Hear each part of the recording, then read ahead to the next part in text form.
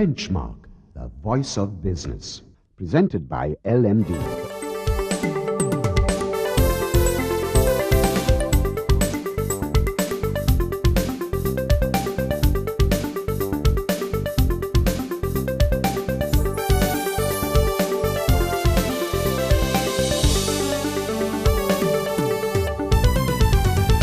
On this week's edition of Benchmark, our lead story today brings you a global economic overview. And then in our feature segment, we turn the spotlight on Suren Madanayake, Managing Director of ACL Cables, for his views on Sri Lanka's post-war development and investment prospects. And we wrap up this edition by talking to LMD columnist Hasitha Premaratne about the performance of the CSE and global equity markets. That's the lineup for Benchmark this week. Hello and welcome to Benchmark. I'm Savitri Rodrigo. We start off with a look at a historic agreement between the World Bank and Singapore, a new partnership which offers worldwide development solutions. The agreement was signed by World Bank President Robert Zoellick and Singapore's Deputy Prime Minister Tharman Shanmugaratnam at the World Bank Singapore Infrastructure Summit 2011.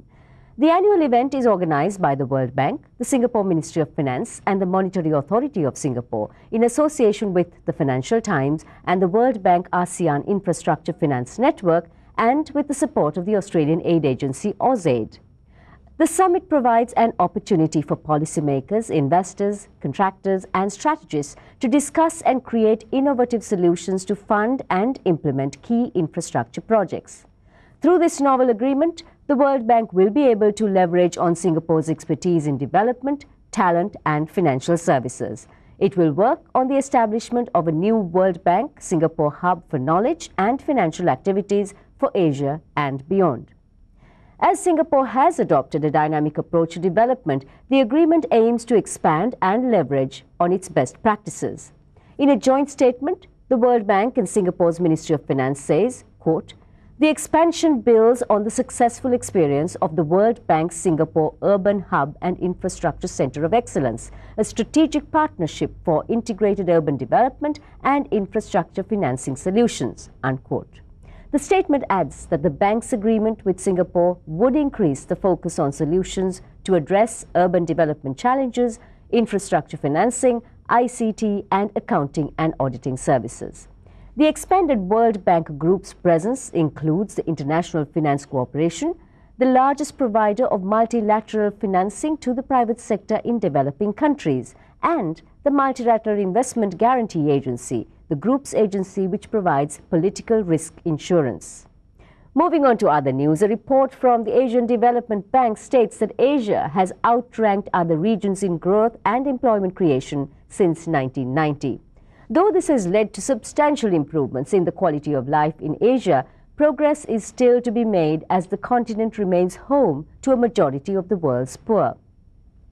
The report stresses that 40% of the population of most Asian countries continue to survive below the $2 a day poverty line.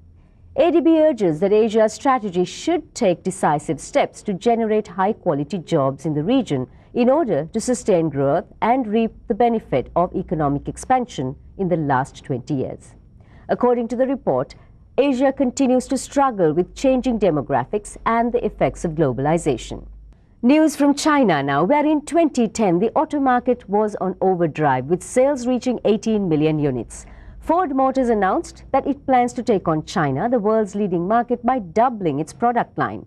Ford currently holds a 22% share in China with its cars, SUVs and performance vehicles and expects to raise its share to 50% of the Chinese market. The automaker plans to introduce the new Focus sedan and Kuga, a small SUV, and it says Chinese vehicle sales should reach 32 million units by 2020. And finally, news from India about an online bookstore. Flipkart is India's largest online bookseller with over 10 million titles that are distributed from warehouses in 5 cities. Set up in 2007 by Sachin and Bini Bansal, who had previously worked for Amazon in Bengaluru, Flipkart's business model resembles that of Amazon and it sells 10 products a minute. Flipkart is now on a diversification path from books to mobile phones, appliances, gaming consoles, music and movies.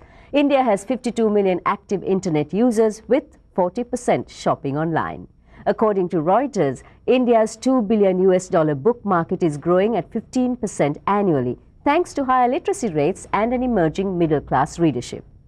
Time for commercials now. We return with an exclusive interview with Suren Madanayaka. Stay tuned.